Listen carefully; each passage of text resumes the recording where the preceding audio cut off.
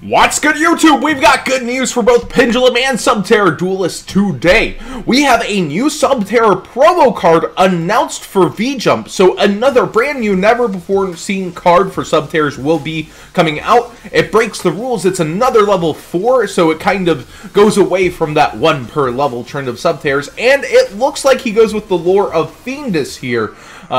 Just by looking at him, I would say, you know, he has to probably be on the other side of the Subterrors. But let's go ahead and read what he's about so far.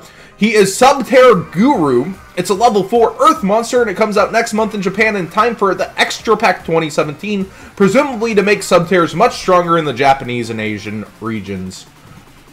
You mean they weren't strong enough? You mean it didn't break the entire deck with one extra deck card like Spirals? And again, I personally think it will take an extra deck card to break Subterrors that was actually meant specifically for Subterrors and not flip effect monsters.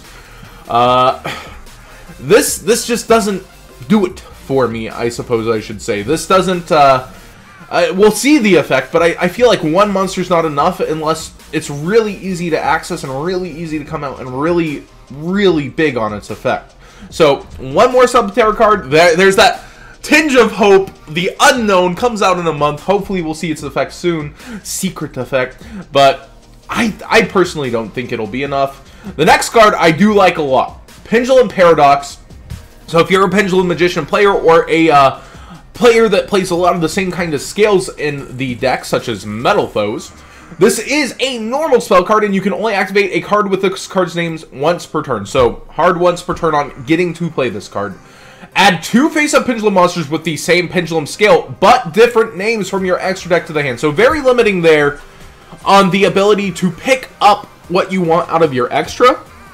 Like in Pendulum Magicians, you would have to do double Iris with Poison Fang, or Black Fang, I forget what it's called, but you would have to pick up those, or you'd have to pick up 2 1 scales, so like the Wind Tuner and Purple Poison. It's definitely pretty rough in terms of picking up what you want out of the extra deck. You can't like pick up, say, a Purple Poison and a double Iris. You can't do that. It has to be the same Pendulum scales. But in Metal Foes, you can end up picking up, you know, a Bismugear and, say, I think Full Flame's an 8 scale, or you can go ahead and pick up Gold Driver and another 1 scale. It's definitely a resource back thing that I think helps Metal Foes off the top of my head the most, since they're going to be popping each other, and you can use Painful Decision to toolbox out your deck. I definitely think Pendulum Paradox is the more exciting card out of the 2 here today, and I definitely think it has a lot of potential, more so towards Metal Foes than Pendulum Magicians, but we'll see. Wisdom Eye's got that odd-off scale, so it seems like they kept that in mind when creating this card.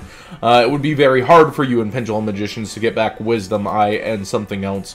But what do you Pendulum Duels foresee using this in? What do you guys want to see it like do for the Pendulum decks? I think it could have been a little less restrictive, but we already saw with the new Master Rule for the Pendulum scales moved back into the back row. They're really trying to restrict them. Despite this being support, it feels restrictive also.